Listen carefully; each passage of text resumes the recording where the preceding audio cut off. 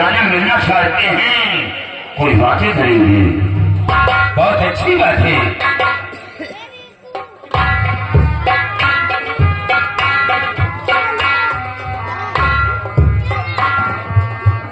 ए लड़की, हमारे महाराज जी तुमसे मिलना चाहते हैं और कुछ बातें भी करेंगे। तुम हमारे साथ चलो। महाराज जी मुझसे मिलना चाहते हैं? हाँ।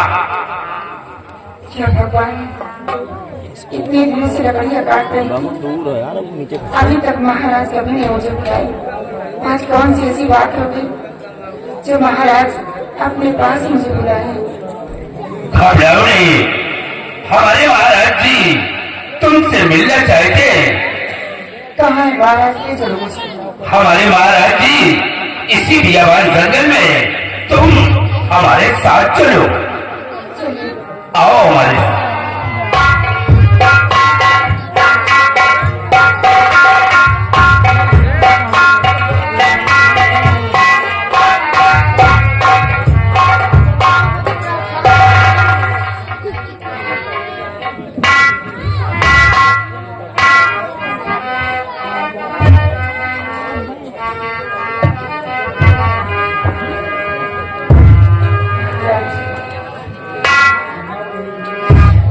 मुझे क्यों बुलाया महाराज?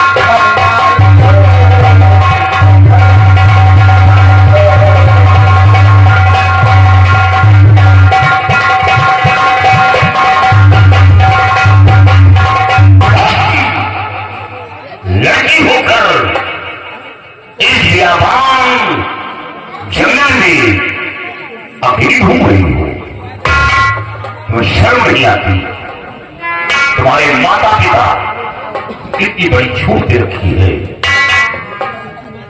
तुम अकेली, किसी का खौफ नहीं, डर नहीं, संगी कोई सहेली नहीं। तुम सच्ची नहीं, सयानी नहीं।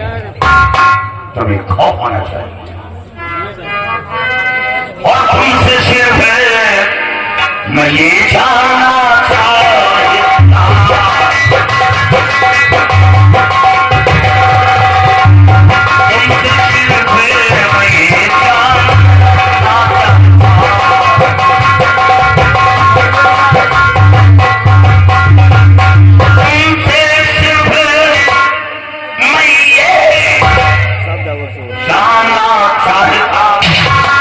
किसकी बेटी होता और माता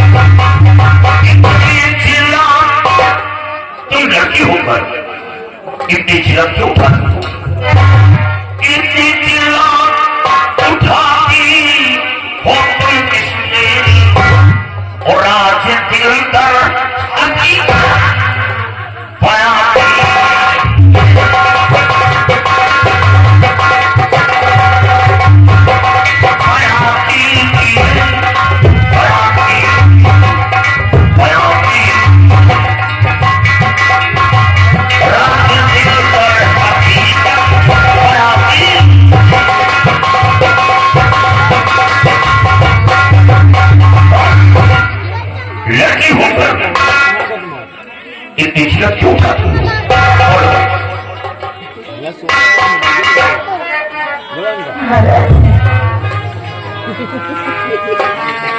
लगी तो इस जग ये नब है हमारा।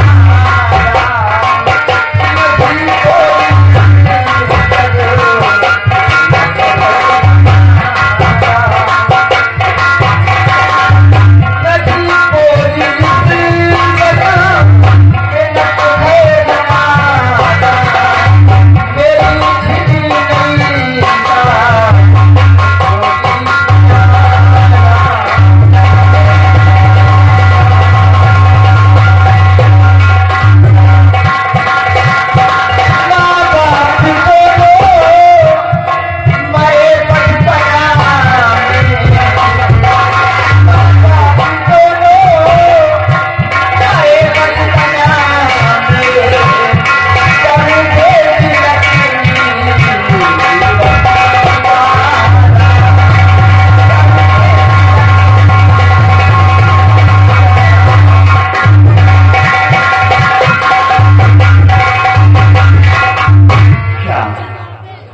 तुम्हारे माता पिता संसार में जीवित नहीं है। नहीं हुजूर।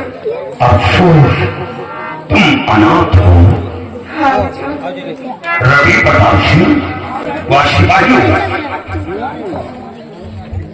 ये लड़की अनाथ है। इसके माता पिता संसार में जिंदा नहीं, ये बेसहारा है। ऐसी लड़की से अपनी शादी रचाई तो ये हमारा ख्याल रखेगी, साथ साथ रब नारायण की भी ख्याल रखेगी, क्योंकि ये गरीब लड़की है। ये सुख में जाकर की सदा एहसान नहीं रहेगी। ये तो आपने बहुत अच्छा सोचा है, क्योंकि ये बेचारी अनाथ है, इसका सहारा देने वाला कोई नहीं है। और मैं समझा तू सच में बड़ी है।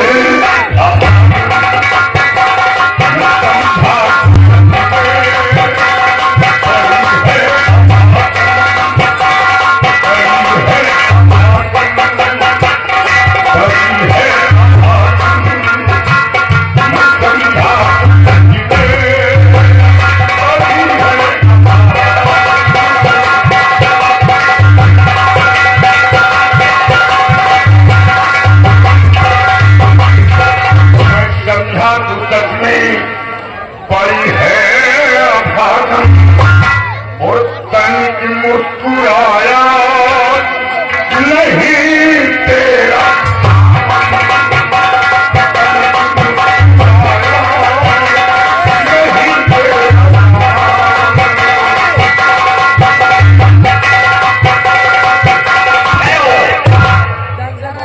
घबराओ नहीं, सामने आओ। तुम्हारे चेहरे पर जरा से मुस्कुराहट आई, तुम्हारी आंखों के आंसू बता रहे कि वाकई में तुम मुसीबत की माई हो। तुम्हारा नाम क्या है? मेरा नाम बिजवा है। परिणाम तुम अब सुंदर है। कहाँ है भाई? मैं इसी उड़ीसा नगर की रहने वाली हूँ। क्या उड़ीसा राज? उड़ीसा राज तुम मेरा ही राज, तुम मेरे ही रियासत की रहने वाली, तुम हावेरी क्यों नहीं आए हो? तुम्हें सहारा भी था, तुम लोगों ने कभी ये नहीं बताया कि ऐसी अनाथ लड़कियां हमारे रियासत के अंदर मुसीबत का सामना कर रही है। जब भी मैं रियासत की तरफ जाता था तो इनसे और उससे कभी मुलाकात भी नहीं हुई, क्योंकि हमेशा ये जंगल में लकड़ियां काटती थी।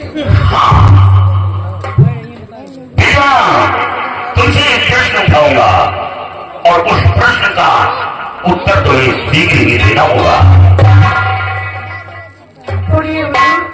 कैसा प्रश्न? अगर देरी होगा तो मैं जरूर दूंगी। तेरे योग है और तुम भी शक्ति हो, घबराओ नहीं, डरो नहीं। मैं तुमसे शादी रचाना चाहता हूँ, सोच समझ कर नहीं जवाब दो। आप ये क्या कह रहे हैं? आप मेरे साथ शादी करने के लिए? नहीं हुजूर, आप इस मुल्क के उत्तराधिकारी हैं और मैं कहाँ एक जंगल की लकड़ी काट कर बेच कर अपना गुजारा करती हूँ, ये कभी मैं सोच भी नहीं सकती। प्रिया, तुम गलत सोच रही हो। चाहे छोटा हो या बड़ा, मेरी नजर वो बड़ा रहे। और सिंह और गाय को एक घाट पर बिना पानी पिलाता हूँ, यकीन न हो तो चल करके देख लेना। तुम ये मत सोचो कि मैं इतना का हल हूँ और मैं यहाँ का शहंशाह हूँ। ये हमारे अंदर भेदभाव नहीं है, तुम मेरा कहना सुनकर। ये संभव नहीं हो सकता। जो वचन हार जाऊं मैं पूरा करूं, जो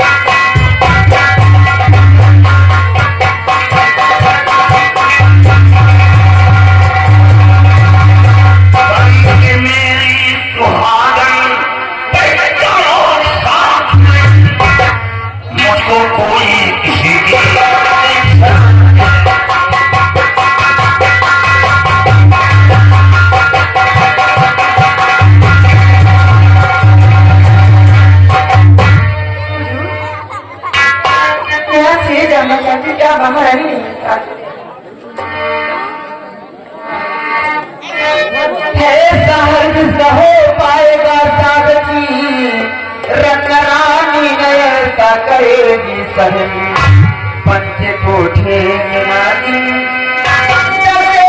हर घड़ी मुझको जल्दी रखेगा।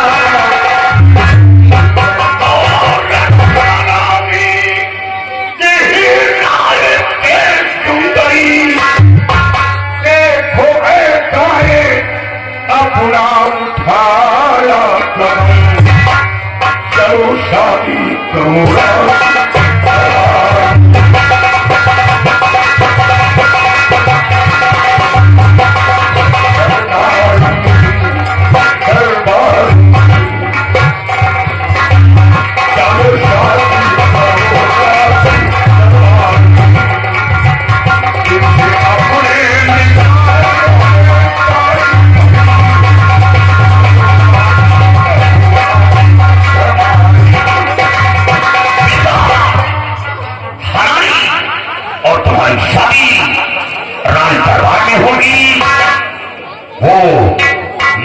के हाथों द्वारा तुम फिक्र क्यों करती हो? ठीक है हुजूर, अगर महारानी के राय से शादी हो रही तो ठीक है, मुझे मंजूर है, लेकिन उससे पहले मुझे आप वचन दीजिए। वचन? हाँ जी। वचन? कैसा वचन? मान लो खोल कर दिल महाराज, मुझे यही वचन चाहिए कि जो भी कोई एक कोख से संतान जन्म लेगा उसे आप इस राज का उत्तराधिकारी बनाएंगे, आपके हाथ से रात तिलक करके। इसके लिए तो मैं तरस रहा हूं, ईश्वर ने हमें सब कुछ दिया, धन, इज्जत, शोहरत, ईश्वर ने हमें खूबसूरत दे दी थी, लेकिन ये संतान नहीं दिया। एक संतान न होने के कारण मैं दूसरी शादी का चाहूँ और ये शब्द सुनकर हमें बेहद वचन दे रहा हूं कि तुम्हारे कोल से जो संतान उत्पन्न होगा वो चाहे लड़की हो या लड़का हो, अपने हाथ से होने वाली संतान का राज तिलक करूंगा। वचन दे रहा हूं। एक वचन मुझे और चाहिए, लेकिन महाराज मेरे समझ में इस तरह कुछ नहीं आ रहा। क्या मांगू क्या न मांगू मैं फिर करूँगा। हुजूर, अगर गुस्ताखी माफ हो तो ये गुलाम भी आपसे कुछ कहना चाहता हो। महाराज जी, इनका पहला वचन तो हम लोगों की समझ में आ गया कि इनकी कोख से जो भी संतान जन्म लेगा उसका राज तिलक आप अपने हाथों से करेंगे, और अभी इनका दूसरा वचन उसका राज पोशीदा है। वचन देने से पहले आप बया करवा लीजिए, नहीं वक्त आने पर ये ना जाने क्या मान बैठे और आप देने से असमर्थ।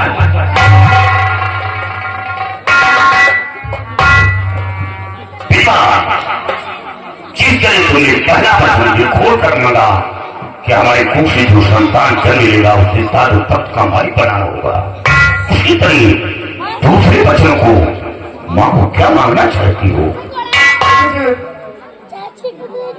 इस तरह मेरे कुछ समझ में आ रही है, तो आप परेशान क्यों हो सकता है वो दिन ही ना आए मांगने का। रवि प्रधान जी, ये गरीब लड़की मांगी जा सकती है, धन दौलत मांगेगी, इज्जत शोहरत मांगेगी, हम इसे हर और मुहैया कर दूंगा। ये क्या मांगेगी? महाराज जी, मेरा फर्ज जो था वो मैंने आपसे कह दिया। बीमा, तुम्हारा दूसरा वचन मेरे पास गिरवी के रूप में है, और जब कभी दूसरे वचन को मेरी सामने पेश करोगी तो मैं अवश्य उस वचन को पूरा करूंगा। रवि प्रताप सिंह व शिवाजियों पद्मा बीमा को साथ लेकर मरेगा।